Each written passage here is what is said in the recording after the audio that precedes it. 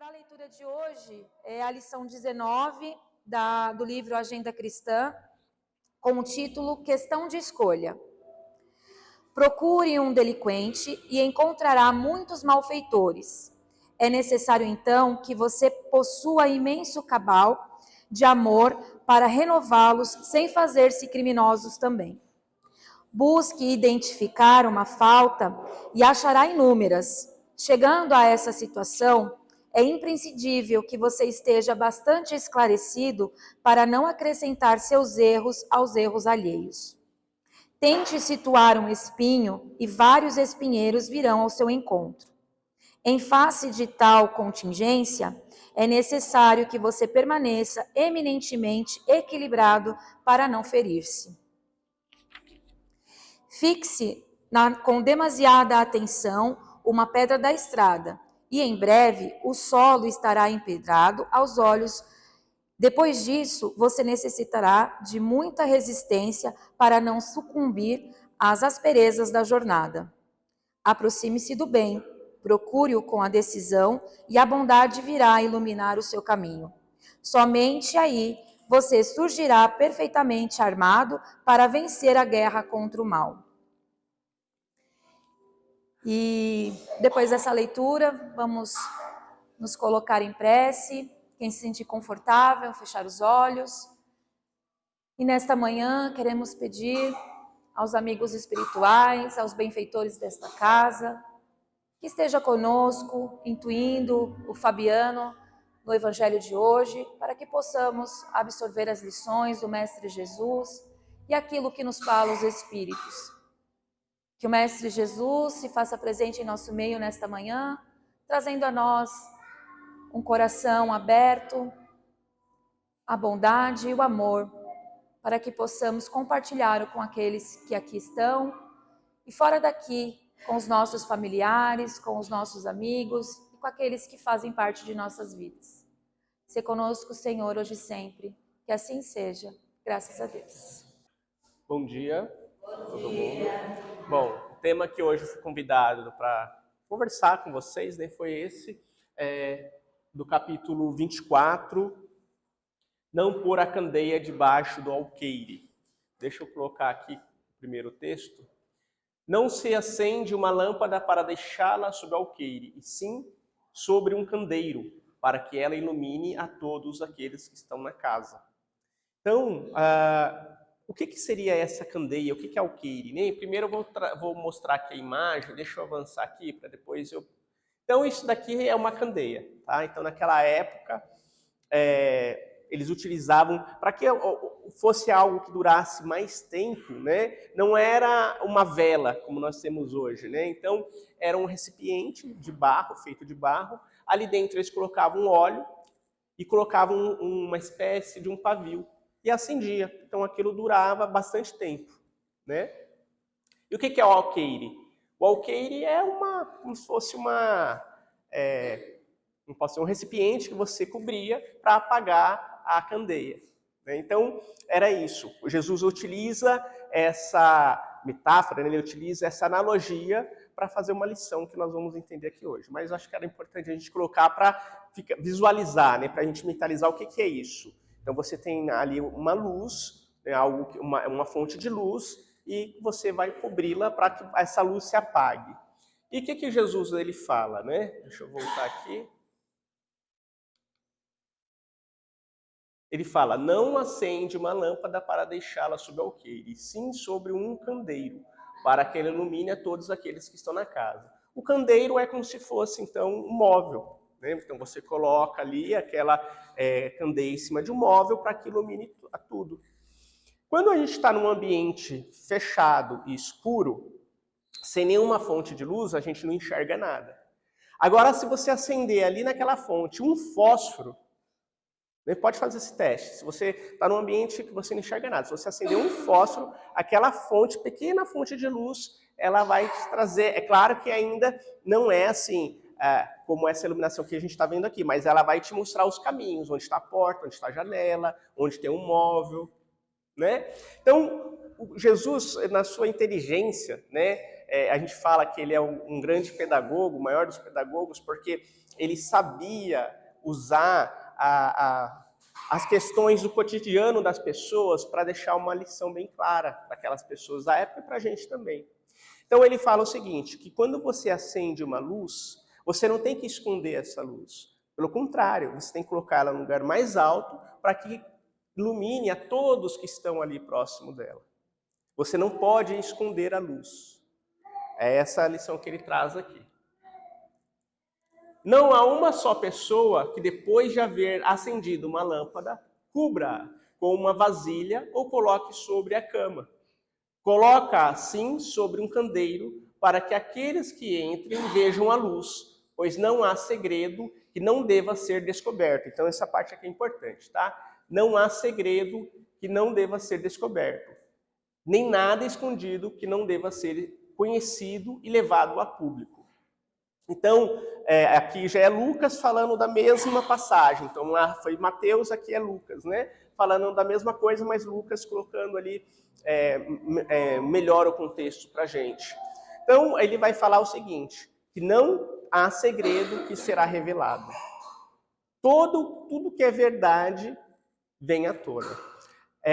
Quando a gente fala, por exemplo, com relação a Deus, nós sabemos que existem várias e várias religiões. Né? Aqui é uma delas, o Espiritismo.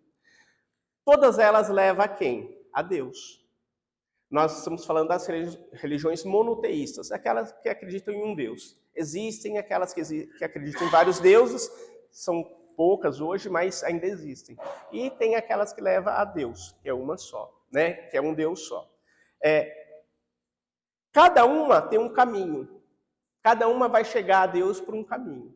Então, tem umas que têm alguns dogmas, né? Então, as religiões evangélicas, as católicas, tem aquelas que vão colocar no nome de Deus um outro nome, né? O islamismo que coloca lá Alá.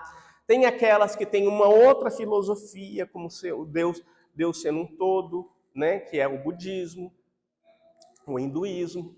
Mas todas têm a mesma essência, de que existe um ser criador de tudo, que é o nosso Pai, que é o nosso grande governador, né, de todo o universo, de todos os seres. Então essa é uma grande verdade. Como você vai atingir essa verdade? Aí como disse, né, cada religião vai traçar o seu caminho. Mas o que aqui Jesus ele deixa bem claro que nós não devemos esconder a verdade das pessoas. Nós não devemos esconder todas as verdades, principalmente as espirituais. E nós sabemos que em um dado momento da humanidade, né, na Idade Média, em torno do ano 1000 até 1500, mais ou menos assim, infelizmente, né, principalmente a religião católica, ela tentou esconder a verdade, para que as pessoas continuassem na ignorância e acreditassem naquilo que os detentores da verdade falavam, deturpando a verdade. Então, como que acontecia nesse momento? Existiam os monastérios, né, onde os monges ficavam ali, que eram ali ficavam as bibliotecas, vamos dizer assim. A população em si, aqui eu estou falando do ambiente europeu, tá? Aqui nas Américas ainda não existia nada disso, né? Os indígenas que viviam aqui, então a gente está falando ali da Europa. Então, eles escondiam a verdade como? Eles colocaram todos os livros só dentro desses monastérios. A população ela era analfabeta, então não tinha, isso era proposital, né? As pessoas não aprenderem a ler, a escrever, para não ter acesso a essas informações. E quem podia ter acesso eram as pessoas que faziam parte desses monastérios, né? Que faziam parte dessa hierarquia, desse conjunto de pessoas. E nesse momento, a informação ela era manipulada. Então, foi um momento onde começou a colocar muita questão do medo, né? Então, a igreja ela tinha muito poder, né? Então, hoje a gente sabe que a igreja, quando eu falo a igreja, é a igreja católica daquele período, né? Então, a igreja hoje não tem mais esse poder, né? Mas naquela época ela tinha um poder quase de Estado. Então, eram os monarcas, eles tinham que pedir bênção para a igreja para poder fazer alguma coisa. Então, eles detinham muito, porque eles manipulavam a população. Eles tinham o poder de manipular. Então, se um rei fosse contra a igreja, a igreja podia manipular a população para ir contra o rei. Então ela tinha um poder muito grande. E como ela fez isso? Colocando a candeia sobre Alqueire, escondendo a verdade, escondendo a luz. Então, tanto que esse período, né, ele é dito como Idade das Trevas. Quando a gente vai estudar a história, né, o período da Idade Média é tido como Idade das Trevas. Por que Idade das Trevas? A idade onde o conhecimento, em todos os sentidos, não só o espiritual, mas todos os conhecimentos, eles foram anulados, né? Eles foram escondidos. Por isso que, posteriormente, logo depois da Idade das Trevas, vem o quê? O Iluminismo, né? Que daí tem umas teorias aí, Illuminati, né? Isso aí é teoria de YouTube, né? Então, o que é o Iluminismo? O Iluminismo é uma ideia que vem porque, assim, apesar de você viver na Idade das Trevas, né, na idade onde as pessoas tinham pouco acesso à informação, os espíritos de luz continuavam encarnando, continuavam vindo. Então, esses espíritos, eles vinham já com uma ideia, já com, assim, muito inteligentes, do que é a verdade. Eles não precisavam nem ter acesso às informações que existiam. Eles mesmos conseguiam trazer deles essas informações. Então, por exemplo, quando vem um espírito e fala assim, ó, o planeta, ele não é o centro do universo. Ele faz parte, mas não é o centro. O planeta Terra não é achatado, né? Ele é redondo. Então isso era heresia, porque a igreja falava outra coisa. E essa pessoa era condenada ao quê? À morte, né? Então essas pessoas já estavam vindo trazer isso. Daí vem o Leonardo da Vinci e tantos outros espíritos que começavam a trazer o quê? A ideia mais científica, mas descobrir o porquê das coisas. Então, começa aí o movimento do iluminismo, que é o quê? Por que chama iluminismo? Porque é jogar luz sobre a verdade. A ideia do iluminismo é essa, né? Você joga luz sobre as trevas, que era o que a humanidade estava vivendo. Quando vem o iluminismo, vem uma grande resistência contra quem? Quem escondia as informações? A igreja.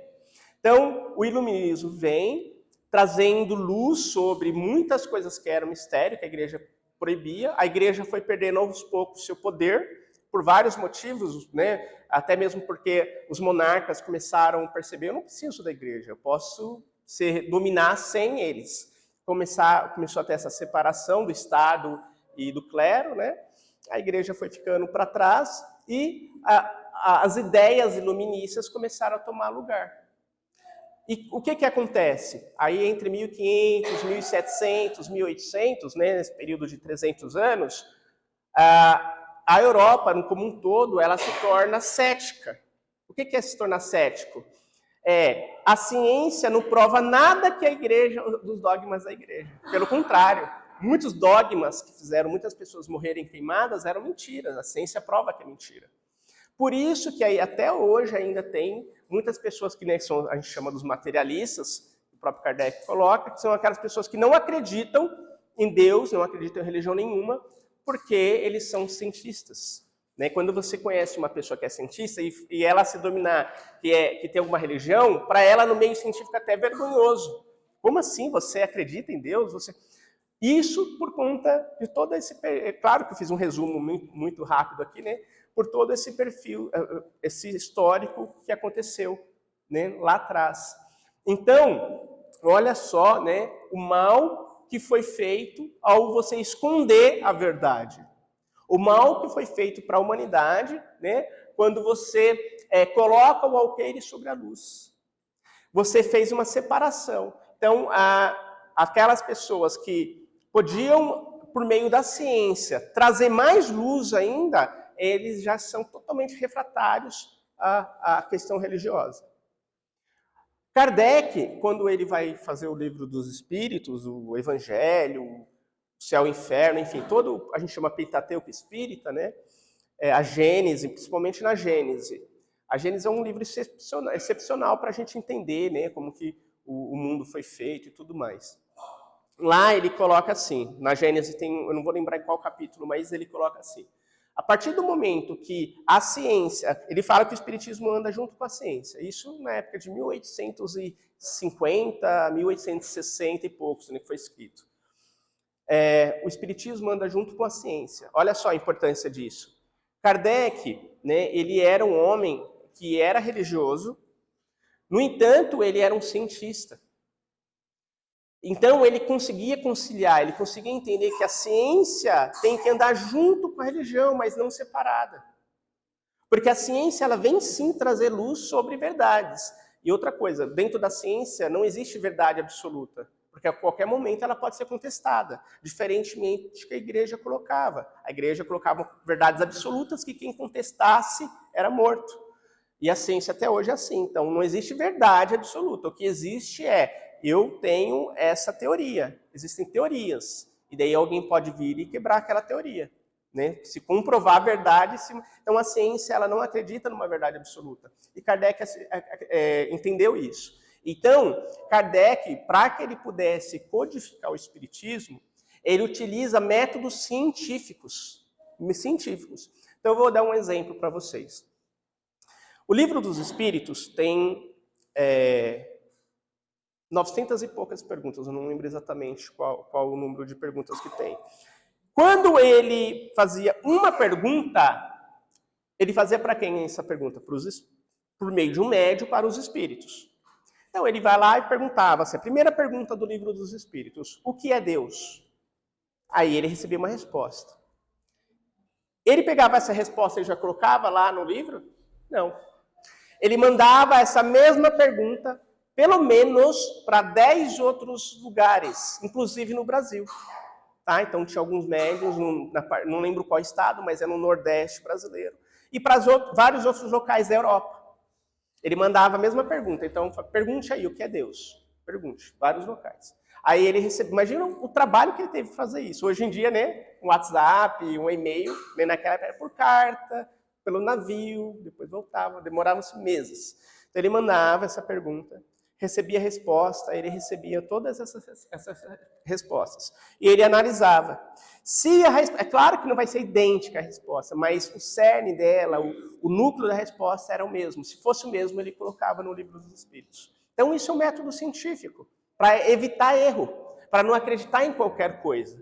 Então se ele colocava uma pergunta, e daí ele recebia cada resposta falando de uma coisa, ele não ia colocar isso no Livro dos Espíritos, porque ele, opa, peraí, tá estranho isso daqui. Porque normalmente quem respondia era a mesma equipe espiritual. Eles entendiam da importância de Kardec fazer dessa forma. Vamos lembrar o seguinte, que Kardec, ele viveu em qual período da humanidade aqui na Terra? Né? Em 1800, onde, assim, essa questão a igreja é ruim, é mal, que é religioso é mal, e a ciência, o que manda, estava no auge. Então ele tinha que fazer algo onde pudesse tocar aquelas pessoas mais céticas. Então ele teve que fazer algo nesse sentido, sem misticismo, sem milagre, de uma forma bem científica. E ele explica o processo que ele faz. Né? Então ele faz, e até mesmo por ele ser um cientista. Quando Kardec é convidado, tem livros, filmes, né, de Kardec que mostra isso. Na Europa, nesse período, estava tendo o quê? As mesas girantes. O que era a mesa girante?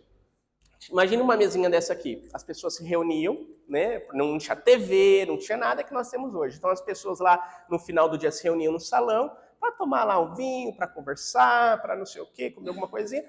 E daí elas tinham uma forma de entretenimento. Em algum momento, as mesas estavam respondendo perguntas. Então as pessoas se reuniam, faziam pergunta para a mesa respondia. E Kardec era constantemente chamado por alguns de seus amigos para ir ver um momento desse, mas Kardec não queria ver. Ah, isso aí é besteira, isso daí... Até que um amigo dele, muito sério, né, que ele respeitava muito, fala, Kardec, não era Kardec o nome dele, era Hippolyte, né? Kardec é um pseudônimo.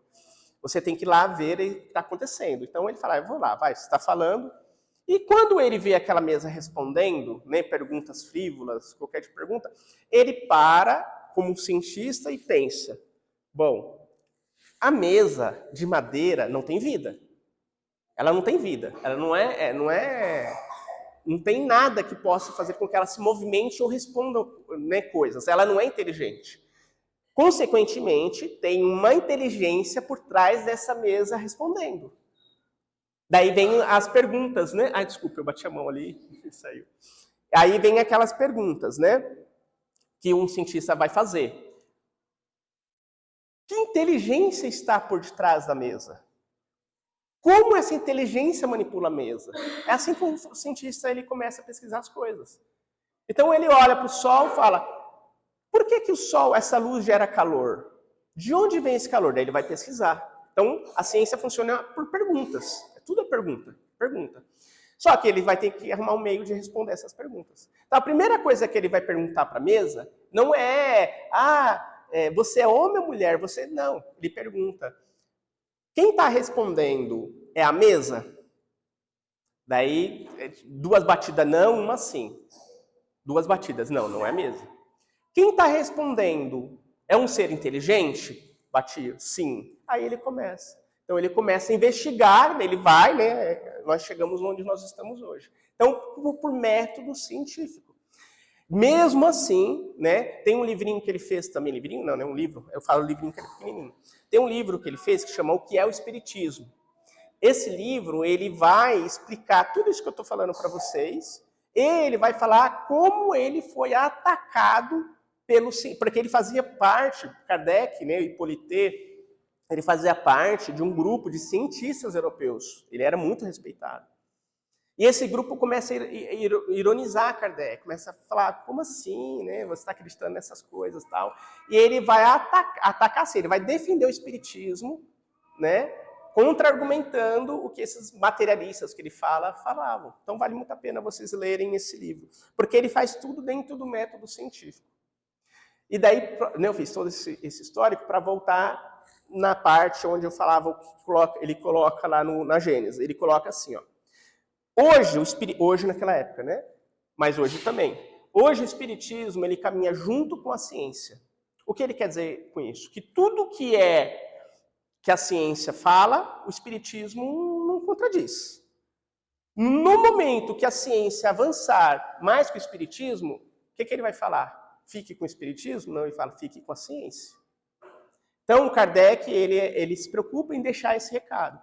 Se em algum momento a ciência provar algo que contradiz o espiritismo, fique com a ciência.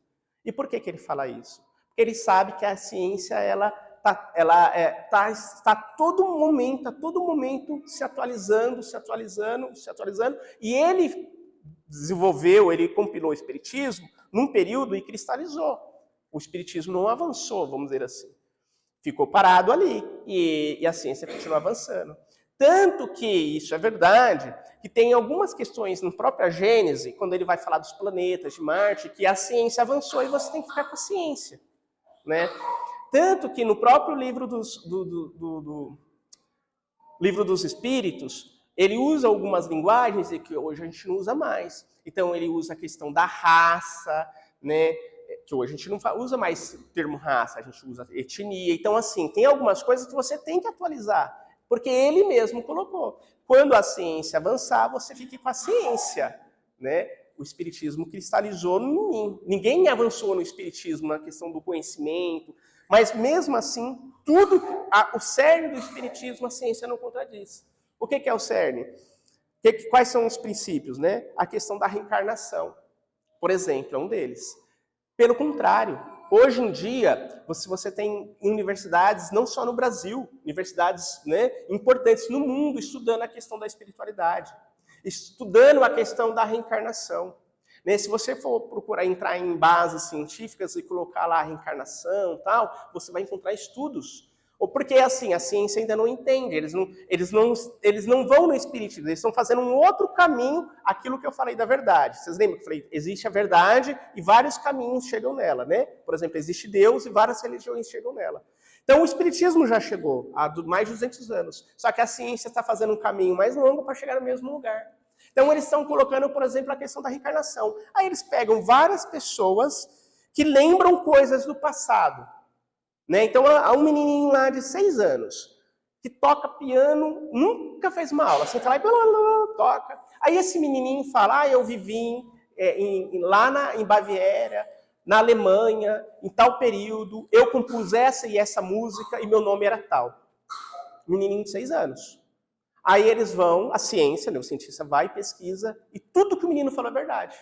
Tudo, tudo. Ele ainda vai falar, eu deixei lá na escrivaninha um negócio escondido, vão lá e acham um negócio lá. Aí eles, como pode? Eles não entendem. Então eles estão tentando entender aquilo do porquê. Eles estão vendo um fato, mas como isso acontece? Eles estão estudando isso. Eles estão tentando entender como pode aquela criança saber de tudo aquilo.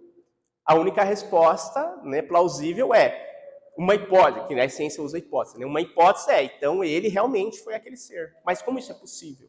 Então eles estão estudando isso. Então olha só, a ciência está se aproximando do espiritismo, né? Nessa questão do espírito. A questão, por exemplo, do passe magnético. Aqui em São Paulo, lá nas clínicas, existem pessoas de tratamentos com passe magnético, dentro das clínicas. Né? Por quê? Porque eles não sabem como, que eles também estão estudando, mas eles perceberam que as pessoas que recebem o passe, daquelas que não recebem, o tratamento é mais eficaz. Qual é o método científico? Vamos pegar lá 20 pessoas com o mesmo problema. Aí você cria o grupo controle e o grupo de estudo. O que é o grupo controle? O grupo controle é aqueles 10 que não vão tomar o passe, vão fazer o tratamento convencional. E os 10 do grupo de estudo que vão tomar o passe junto com o tratamento convencional. Qual o resultado? Os que tomam o passe, a porcentagem de melhora é maior que o outro. É assim que funciona a ciência. Agora, qual é a pergunta por trás disso? Como que isso funciona? Eles não sabem. Então, eles estão indo atrás dessas perguntas. Em algum momento, eles vão ter que aceitar e pegar lá o livro dos espíritos, as obras espíritas, que é o que mais chega próximo, que explica essas questões, e tentar conciliar. Então, assim, e por que eles não conseguem comprovar essas coisas? Porque eles utilizam instrumentos físicos. Né? Então, eles vão utilizar lá raio-x, não sei o que lá, de onda, não sei o que, instrumentos físicos, que nós sabemos que não captam as questões espirituais. Nós não criamos, o ser humano ainda não criou nada que consiga captar um espírito, um perispírito, essa energia do momento do passe. Por isso que eles não conseguem. A gente vai conseguir fazer isso um dia? Vai, com certeza vai. Porque a ciência está à procura disso. E quando ela vai à procura de uma coisa, ela acha. Então nossa mente vai se desenvolver junto com a espiritualidade. Isso vai chegar um momento que a gente vai conseguir detectar isso. Quando? Não sei, mas vamos conseguir. Mas olha que interessante. O espiritismo se afastou da ciência? Não. A ciência está se aproximando do espiritismo para comprovar as coisas espíritas. E o que isso é? É você trazer luz, é você tirar, né, a candeia para que essa luz se ilumine para todos. Para todos. Deixa eu avançar aqui. Candeia sobre alqueire. Por que Jesus fala por parábolas, né? Parábolas, o que são? Na acepção geral do termo, parábola é uma narrativa que tem por fim transmitir verdades indispensáveis de serem compreendidas. As parábolas do Evangelho são alegorias que contêm preceitos de moral. Jesus ele falava muito por parábolas. Então, a parábola, Jesus ele faz uma analogia de algo do cotidiano daquelas pessoas para explicar algo profundo. Porque ele sabia que aquelas pessoas, né, quando eu falo aquelas pessoas, talvez fôssemos nós que estivéssemos lá, não estavam ainda com uma inteligência desenvolvida para entender tudo. Se ele falasse, por exemplo, então, você é um espírito eterno, onde você vai nascer, renascer por diversas vezes, você habita. As pessoas não estavam preparadas para isso. Então ele usava parábolas. Um exemplo desse é a conversa dele com Nicodemos. Quem foi Nicodemos, né? Nicodemos ele era um fariseu, já um senhor. Ele fazia parte ali daqueles fariseus que prenderam Jesus, levaram Jesus para Pilatos e condenaram Jesus. Ele fazia parte, porque ele era também, além de ser um fariseu, ele era um doutor da lei. No entanto, ele não concordava com aquilo, tá? Mas ele era uma voz única. Ele respeitava muito Jesus. Né? Então, Nicodemos via em Jesus uma luz, um mestre. Em vários momentos na Bíblia tem passagens de Nicodemos com Jesus, tá? Inclusive quando Jesus ele é morto. Uma das passagens é que ele ajuda, né, na preparação do corpo de Jesus para ele ser sepultado. Então Nicodemos, em um dado momento, ele encontra Jesus e fala: mestre, o que eu preciso fazer para encontrar o reino dos céus? O que eu preciso fazer para encontrar luz? Aí Jesus vai responder para ele: é necessário que nasça de novo. E ele responde Jesus: mas como assim nascer de novo? Porque quando Jesus fala é necessário que nasça de novo, isso você pode pegar qualquer Bíblia, tá lá, é necessário que nasça de novo. Aí quando Jesus está falando o quê? De reencarnação, né? Para nós isso é claro, ele está falando nascer de novo, tá, é claro isso. Aí ele pergunta, né, Nicodemos, mas nascer de novo? Como pode um homem velho como eu voltar para o ventre da sua mãe? Aí Jesus vai responder: você que é mestre em Israel não entende essas palavras? Imagine os outros. Então, assim, Jesus deixa claro nesse diálogo que mesmo um homem, um ancião, sábio, muito inteligente, estudioso das leis espirituais daquela época, não entendia do que Jesus estava falando, imagina os outros. Então, por isso que Jesus, ele usava muito parábolas. Por isso que Jesus fala, eu enviarei o Consolador, né, para que traga luz para a humanidade. E quem é o Consolador prometido por Jesus? É o Espiritismo. Então, quando o Espiritismo vem, ele traz luz sobre todas essas questões que ficavam antes escondidas. Ele traz muita luz. Por exemplo, essa questão da reencarnação que Jesus falou. O Espiritismo não explica só, fala, você nasce e renasce. Ele não só faz isso. Quando você vai estudar o Espiritismo, você vai entender o mecanismo científico desse processo. Quando você pega um livro, por exemplo, do Nosso Lar, lá vai explicar como fisiologicamente, biologicamente ocorre o processo da encarnação. Então não fica só nas palavras, você vai nascer de novo. Tá, mas como acontece isso? Vai lá e explica. Quando ele vai lá e fala assim, por exemplo, esse momento que nós estamos passando na humanidade, um momento terrível, né? Então, guerras, fome em muitos locais, né? Tragédias, violência exacerbada. O Espiritismo vem explicar isso, quando ele vai falar da transição planetária. Então, a gente está no momento onde a gente está deixando de ser um planeta de provas e expiações para se tornar um planeta de regeneração. Só que toda mudança, toda transformação, ela traz uma agitação, que é o que o planeta Terra está vivenciando. Hoje, né, o planeta Terra tem aproximadamente 8 bilhões de pessoas encarnadas. Então, é um momento do planeta onde tem mais gente encarnada. Tem o Haroldo Dutra Dias, não sei se todos conhecem aqui, ele é muito bom, ele tem uma palestra que eu assisti dele ele fala algumas coisas engraçadas. Ele fala assim, ó, nesse momento, o umbral está vazio. Porque está todo mundo encarnado. Né? Então tem muita gente encarnada, porque são os últimos momentos, as últimas oportunidades desses espíritos. Né? Então, aqueles espíritos mais duros, mais cruéis, mais violentos, mais egoístas, estão encarnados entre nós. Né? E daí a gente vê toda essa confusão no planeta, toda essa agitação. Mas é necessário. Quando você vai ler lá o livro A Gênese, que foi escrita, né, há mais de 200 anos, lá está escrito. Vai ter o momento da transição, né, em 1860 e poucos. Então não faz mais de 200 anos, mas faz quase 200 anos. O momento da transição planetária será um momento de agitação, com convulsões, né, sociais, com guerras, com doenças. E o que nós estamos vivenciando? Tudo isso, né? Então, o Espiritismo ele vem trazer luz sobre essas questões. Ele vem colocar, né, a candeia para trazer luz para todos nós. Só que o Espiritismo ele tem uma questão peculiar. Não adianta vocês virem aqui assistir uma palestra apenas. Né? Eu estou falando aqui várias coisas assim que são muito profundas. Só que eu só dou pinceladas. O Espiritismo ele requer estudo. Por isso que as casas espíritas têm os cursos. Né? Então você tem lá o básico 1, básico 2, algumas casas têm lá aprendiz do Evangelho, aí tem o mediúnico 1, mediúnico 2. Por quê? Porque há necessidade do estudo. né? Senão fica muito no raso. Senão fica assim, eu conheço várias pessoas que vão à casa espírita, às vezes faz 10 anos que vão à casa espírita. Só que elas vão assistir palestras como se elas tivessem ido numa igreja evangélica, numa igreja católica, só vão lá na palestra. Ah, é tão bom assistir a palestra, é tão bom tomar o passe, no passe daquela leveza. Sim, só que o Kardec ele colocava, né, espíritas instruí-vos. Instruí-vos. O que é instruí-vos? Estudem, se aprofundem no estudo.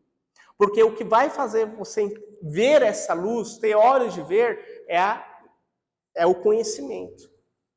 Então, se você não se aprofundar em todas essas questões espirituais, você vai ficar apenas no que o Fabiano está falando, no que o outro palestrante está falando. Será que o que ele está falando é verdade? Será que o que ele está falando é o que o Kardec colocou? Porque vocês perceberam, eu estou toda hora aqui usando o nome de Kardec, né? Mas será que é isso mesmo? Então, vocês vão tirar a prova vocês estudando. É assim que funciona. Porque se a gente ficar apenas, né, já é importante, mas ficar apenas nas palestras, a gente não se aprofunda. Aí o nosso conhecimento fica raso.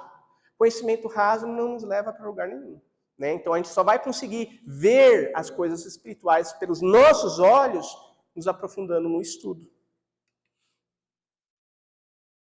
Por isso lhes falo por parábolas, porque vendo, não veem, ouvindo, não ouvem, nem entendem. Porque o coração deste povo se faz pesado, e os seus ouvidos se fizeram tardos, e eles fecharam os olhos, para não suceder que vendo com os olhos e ouvindo com os ouvidos, entendam no coração e se convertam, e eu os cure. Então aqui eu trago para esse momento nosso. Então Jesus está falando aqui, eles veem, mas não veem. Eles ouvem, mas não ouvem. Porque ele está falando das questões espirituais. Quer ver um exemplo desse? Judas. Judas viu, mas não viu. Ouviu, mas não ouviu. Porque Jesus, a todo momento, ele falava assim, ó, eu estou aqui para esse reino físico. Eu estou aqui para dominar o planeta Terra? Não. Ele falava, eu estou aqui para mostrar-lhes as verdades espirituais. Eu estou aqui, meu reino não é desse mundo. Dai a César o que é César, dai a Deus o que é de Deus. Ele, a todo momento, ele fazia essa separação do mundo físico e do mundo espiritual. Só que Judas não entendeu isso. Judas entendeu que ele era o Messias, ele aceitava ele como Messias, no entanto, achava que ele seria o rei no planeta Terra. Ele achava que Jesus iria tomar o poder na Terra. Ele não entendeu que não era isso. Então ele achava que Jesus estava muito lento. Jesus está muito lento, está muito devagar. Vou dar um empurrãozinho nele para que ele tome logo aí o poder, né? Ele vai lá e entrega Jesus. Ele não entregou Jesus pelas moedas. Ele entregou Jesus achando que Jesus, agora ele vai ser preso, vai ser condenado à morte, ele vai ter que dar um jeito de se mexer, né? Aí ele vê lá Jesus sendo, né, preso, julgado de uma forma, né, enfim, não foi um julgamento, torturado, crucificado e morto. Daí ele, eu acho que eu entendi errado. Aí ele vai lá e comete suicídio, né? Porque ele entendeu errado. Ele não ouviu, ele não viu Jesus falando. Mas hoje, né, para a gente ouvir e ver o que Jesus falava, a gente precisa se aprofundar no conhecimento. Hoje, nós, aqui na Terra, temos a nossa consciência, a nossa inteligência, ela está mais avançada, de uma forma coletiva. Então, nós não podemos ficar no raso. Nós não podemos ficar apenas no que o outro fala. Nós precisamos aprofundar nos estudos. O Livro dos Espíritos, né, questão 619. Deus deu a todos os homens meios de conhecer sua lei? Todos podem conhecê-la, mas nem todos a compreendem. Os que a compreendem melhor são os homens de bem e os que procuram pesquisá-la. Olha lá, né? Entretanto, todos a compreenderão um dia, porque é preciso que o progresso se realize. Então, quando você procura o conhecimento, você está acelerando o seu processo de evolução. Aqui, né, os espíritos estão falando que todo mundo vai ter que conhecer, porque o progresso ele vai vir para todo mundo. Só que se você ficar sentado, né, esperando cair do céu, abrir sua mente e entrar o conhecimento em você, você vai demorar um pouco mais, porque não é assim, né? Tudo requer um esforço. Então, ler um livro, né, participar de um curso na Casa Espírita. Então, um curso lá todo dia da semana, um dia da semana você vem para a Casa Espírita, 1h30, aí você tem lá que estudar alguns livros, tem que às vezes, o tema é tal, vou lá pegar o livro dos Espíritos, estudar antes para ter perguntas para fazer. Então, requer aí um esforço da nossa parte. Tudo que eu faço de forma passiva, você não aprende. Então, o que é forma passiva? Vou falar aqui até, eu sou professor, né? Então até no ambiente de escola, assim. Então você vai para a escola, senta lá na cadeira da escola e fica lá.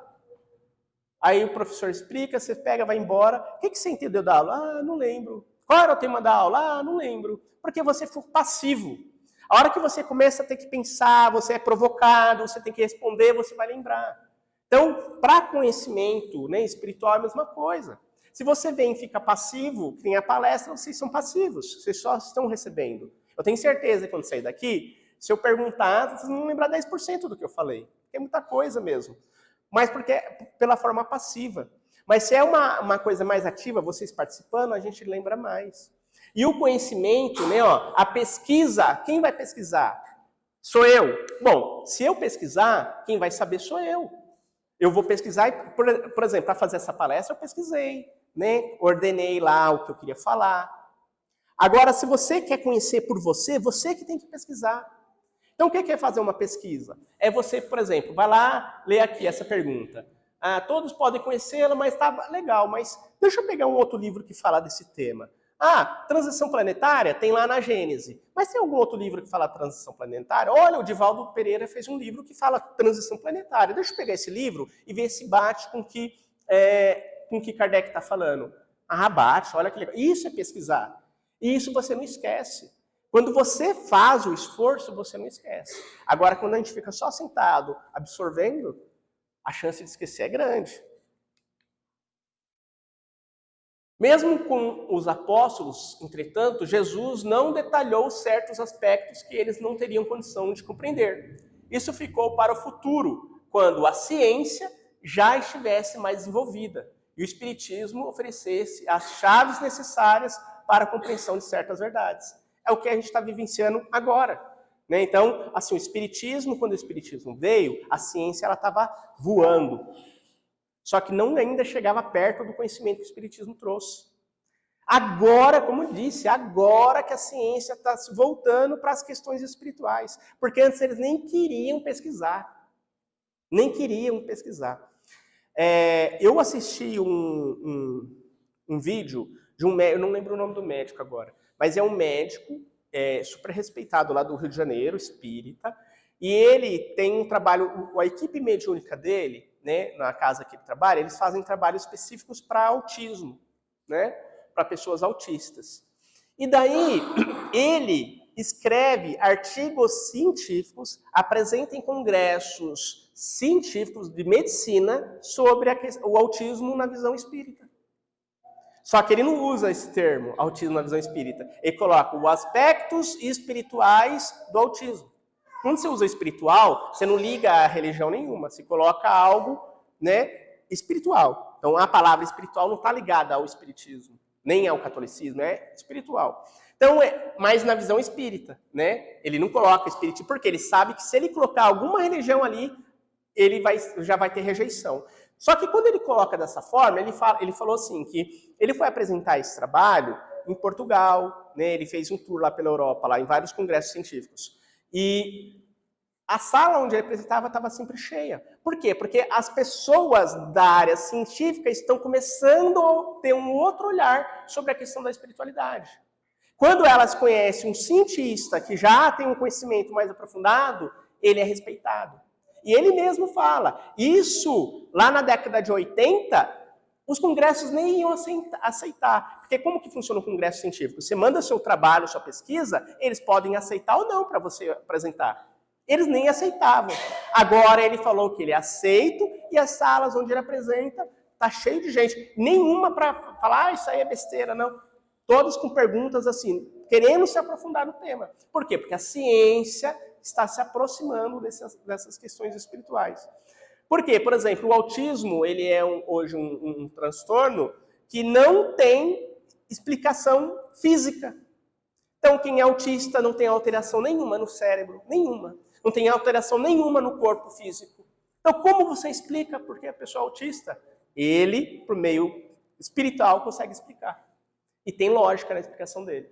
Entendeu? Então, isso, daí as pessoas os cientistas começam a olhar, então é isso, peraí, então eu vou fazer minha pesquisa. Deles, olha, o que eu fiz bate, a ciência funciona assim. Então, várias pessoas têm que fazer a mesma coisa, se bateu, aquilo está válido. Né? Daí ele faz o mesmo teste, olha só, daí vão validando aquilo. Realmente é uma questão espiritual que acontece para a pessoa ser autista. Né? Então, é um exemplo aí da ciência se aproximando do espiritismo. Ainda hoje é comum encontrarmos quem não entende a profundidade dos ensinamentos de Jesus, quem cultiva a imagem de um Deus vingativo e rancoroso. A providência revela a verdade de forma gradual à medida que a humanidade está madura para recebê-la. Exemplo, o que é Deus? Ela mantém a luz em reserva e não sob alqueire. Então isso aqui é importante, né? Tem várias perguntas no Livro dos Espíritos que eles respondem assim: vocês não têm ainda inteligência para entender esse assunto. Né? Então, Kardec pergunta o que é Deus. Eles vão responder: a inteligência suprema, causa primária de todas as coisas, Aí daí Kardec começa a esmiuçar a pergunta. Daí chega um momento que os Espíritos falam: vamos parar por aqui. Não é desse jeito que eles falam, né? Mas é mais ou menos isso. Vamos parar por aqui porque se eu avançar, você não vai entender. Você não tem a inteligência suficiente para você compreender isso.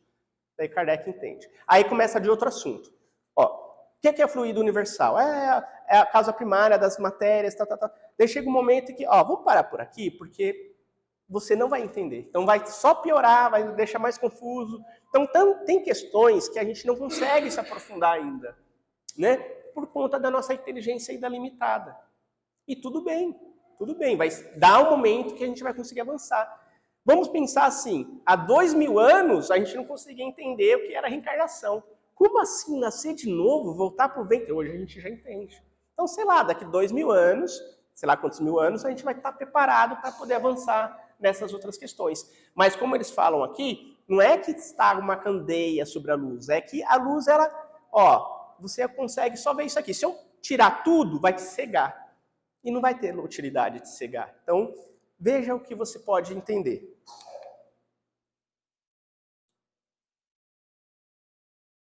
Eu trouxe aqui, para a gente poder já ir finalizando, né, uma mensagem do Emmanuel. Desce elevando. Se sabes, não fira o ignorante. Oferece-lhe o apoio para que se liberte da sombra. Então, assim, se você tem um conhecimento, se você conhece mais que o outro, não se coloque de forma arrogante. Imagine o conhecimento que Jesus tinha, né? Ele, em momento algum, se mostrou arrogante. Pelo contrário, ele tentava adaptar, por isso das analogias, para que nós compreendêssemos o que ele falava. Agora, se você conhece demais, não queira se, eu sou sabidão, eu sei de tudo, você é muito ignorante, eu nem vou conversar com... Não, isso é orgulho, é egoísmo, né? Vamos tentar adaptar a nossa fala para que a pessoa entenda. Se podes, não oprima o fraco. Se entesouraste a virtude, não humilhes o companheiro que o vício ensandece. Se sentes correto, não censures o irmão transviado em desajustes do espírito. Dá-lhe o abraço fraterno para que se renove. Então essa parte aqui, eu fui lá na casa espírita, aprendi tal coisa, vi tal coisa. Eu vou lá agora chegar e falar para o meu marido, para o meu filho, falar para o vizinho, porque está errado. Não. Se você aprendeu uma questão moral, espiritual, tente passar para aquela pessoa de uma forma suave, não na forma de cobrança. Não falando, você está errado, eu vi isso e você está fazendo errado. Não. Porque fazendo isso, você vai afastar a pessoa. Se a sua intenção verdadeira é trazer ela para você, você tem que fazer isso com amor, com carinho, com compaixão. Se coloque no lugar da pessoa. Como eu posso falar desse assunto para aquela pessoa, que eu sei que se eu falar, eu toco nesse assunto, machuca ela fica, na defensiva, de uma forma que eu traga ela para o meu lado, não a afaste. Então, sempre que a gente vai cobrar alguém, sempre que a gente vai ter um tom na palavra de você está errado, você devia fazer isso, você está afastando a pessoa, você não está trazendo ela para o seu lado. né? Então tem que pensar nisso. Se ajudas, não recrimines quem te recebe o socorro. Se ensinas, não flageles quem te recebe lição. Benefício com açoite é mel em taça candente.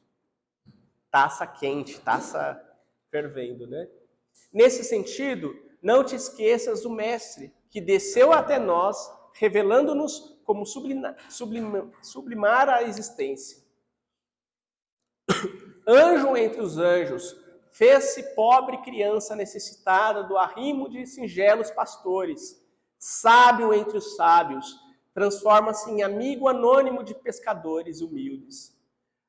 Comungando-lhes a linguagem, instrutor entre os instrutores, detém-se bondoso entre enfermos e aflitos, crianças e mendigos, abandonados, para abraçar-lhes a luta. E juiz dos juízes, não se revolta por sofrer no tumulto da praça o julgamento iníquo do povo, que o prefere a Barrabás para os tormentos imerecidos. Todavia, por descer elevando quantos não lhe podiam compreender a refulgência da altura, é que se fez o caminho de nossa ascensão espiritual, a verdade de nosso gradativo aprimoramento e a vida de nossas vidas, a erguer-nos a alma entenebrecida no erro para a vitória da luz. Então é com essa mensagem que eu encerro, né? Mais uma vez ressaltando Jesus, né? Aqui traz aqui seus atributos, juiz dos juízes, sábio dos sábios, né? Tudo mais, mas ele vem de uma forma humilde, nasce lá numa manjedoura, em momento nenhum se engrandece. Quando os seus discípulos estavam lá discutindo quem era o maior entre eles, ele em silêncio pega uma bacia de água e começa a lavar seus pés. Serviço desse que era de um servo. E eles entendem, né, a lição, ficam quietos. Maior entre nós está lavando nossos pés. Então quem somos nós para discutir, né, quem é o maior? Então vamos absorver esses ensinamentos, né? Vamos nos instruirmos, como Kardec disse, para que a gente possa cada vez mais enxergar essas luzes espirituais. Então essa era a mensagem de hoje. Vamos fazer nossa prece? Vamos nesse momento, quem quiser pode fechar seus olhos para ter uma melhor concentração. Elevar os nossos pensamentos ao plano maior. Agradecer à espiritualidade superior, que desde muito antes de nossa chegada, já preparou esse ambiente dessa casa bendita. Vamos lembrar que nosso grande irmão, Jesus, disse: onde 2 ou mais estiverem reunidos em meu nome, lá eu estarei. Então, neste momento, ele está aqui entre nós, passando ao nosso lado, estendendo suas mãos sobre nossas cabeças. Vamos recebendo essa luz direta do Mestre. Ela entra bem no topo da nossa cabeça, passa pelo nosso rosto, ombros, braços, tronco, pernas. Vamos nos sentindo revigorados, tanto fisicamente quanto espiritualmente. Ainda nessa energia, vamos mentalizar nossos lares, se tivermos entes queridos lá, que eles possam também ser merecedores e receber essa luz direta de Jesus. Nesse momento, unidos num só pensamento de amor, de compaixão, de caridade, vamos mentalizar todo o planeta Terra. A gente está lá no espaço agora, visualizando o planeta, onde há tanta dor, sofrimento, aquelas pessoas em abrigos, asilos, orfanatos, hospitais, presídios, zonas de guerra, com fome. Pai, que essa luz que recebemos, possamos, por meio de nosso amor, do nosso coração, emanar para essas pessoas em todo o planeta Terra. Que assim seja, graças a Deus.